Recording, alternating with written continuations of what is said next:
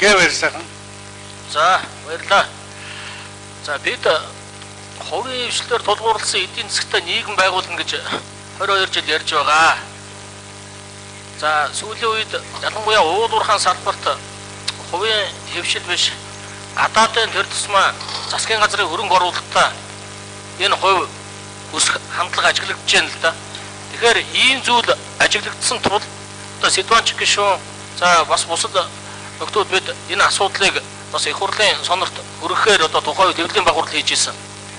Монгол улсын эдийн засаг бол өнөөдөр Голланд өвчнөд нэрвэгдсэн байгаа шүү дээ.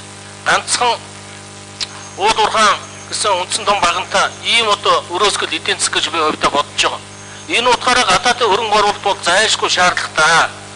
Гадаадын хөрөнгө оруулалт бол зайлшгүй шаардлагатай. Жирийн Монгол айл бол хуримтлал бий болгоогүй байгаа шүү дээ. Хуримтлал бий болгоогүй байгаа.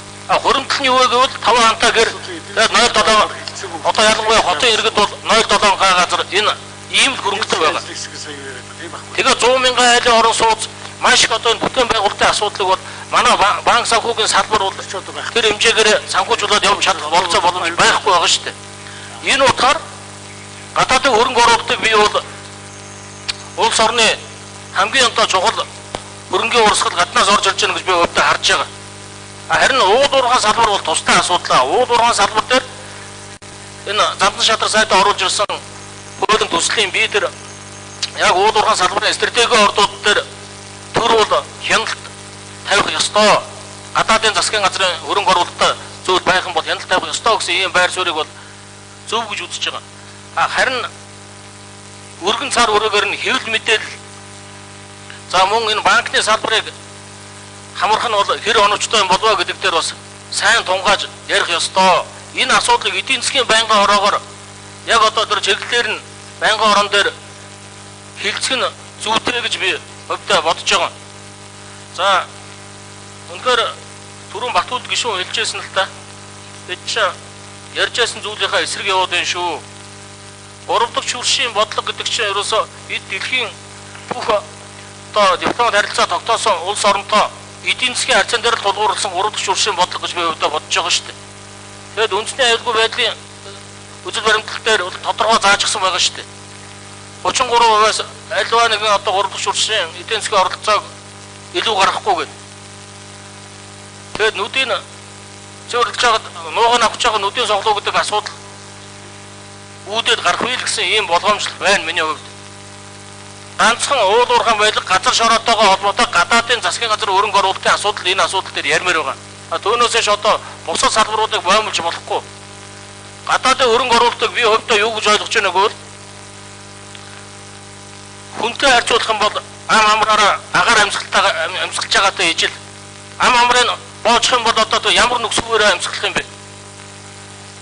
За баярлалаа. За. Заагчдаар жишээ хариулъя асуулт. Байнгаар хариулах юм уу? За. Баярлалаа. Энэ гишүүдийн гаргаад байгаа болгоомжлоод байгаа зүйлүүдтэй бол яг хүлээн зөвшөөрж байгаа юм уу?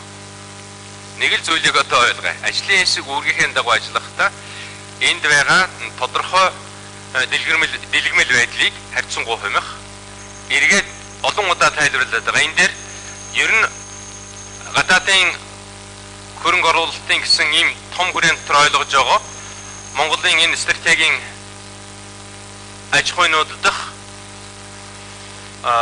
гадаадын хөрөнгө оруулалт түүний шилжилт хөдөлгөөн энэ зүйлүүдээр л одоо ерөнхийдөө үндсэн аюулгүй байдлын үүднээс мониторинг хийж тэр үүднээсээ бол одоо зөвшөөрлийн системийг бий болгох энэ чиглэл дээр л одоо хуулийн гол үзэл санаа явж байгаа.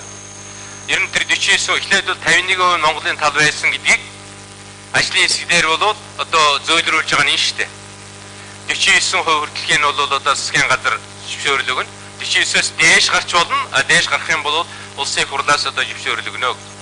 Уул нь энийгээ бол би хоёрын хувьд төрийн өмчийн болон төрийн гадаад улсын төрийн хяналтанд байдаг ямар нэг аж ахуйн нэгж байгууллагын мэдл рүү ийм хувь хэмжээгээр шилжих буюу ийм хувь хэмжээгээр одоо эзэмшигдэх тохиолдол бол үнэхээр энэ бол одоо зайлшгүй хатуу зөвшөөрлийн системтэй байх ийм зүйлээ. За Энэ л байр суурьуд да. Тэгээ гол нь бол бид нар яг энэ үнийг барьж авах цэгээ зөв гаргаж ирэх хэрэгтэй. Гадна талд байгаа хэлийн чандад байгаа тэр одоо томоохон компаниудын тухай асуудлыг бид барьж чадахгүй ч бас Монголд байгаа яг тэр цэг дээр нь одоо гол үүргийг хүлээлгэж тэр цэгээс нь үндсэн мэдээллүүдийг авч тэр цэг дээр нь хариуцлага тооцож ажиллах ийм л одоо байдлыг бол бас нэмж бий болох хэрэгтэй. Энийг бол ажлын хэсэг 2 дугаар хэзүүлэх ярихдаа бол ярина. Гишүү тэгээд энэнийг одоо санал хураалтаараа өөрсдөө шийдвэрлэл өгч хэрэгтэй шүү дээ. Ажлын хэсэг бол тийм шийдлүүдийг бол одоо бүрэн дүүрэн боломжтой л гэж үзэж байна шүү дээ. За баярлалаа онцгой. За байнгын орог төлөөж сандалж тарах шүү.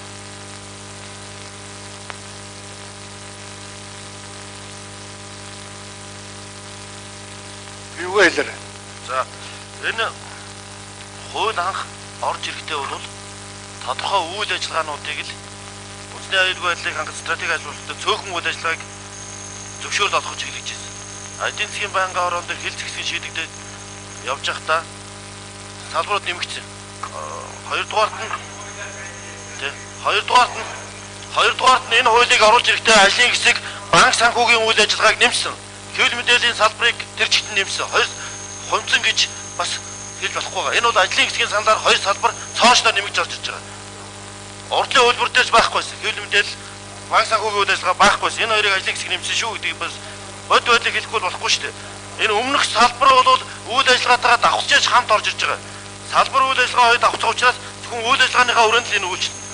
Уул уурхай гэхэд тэр чигээр энэ ч байхгүй зөвхөн стратегийн экспортын гол нэрийн бүтээгдэхүүнүүдийн За ойлголоо. Сандалж тарах шүү. Байнгын орог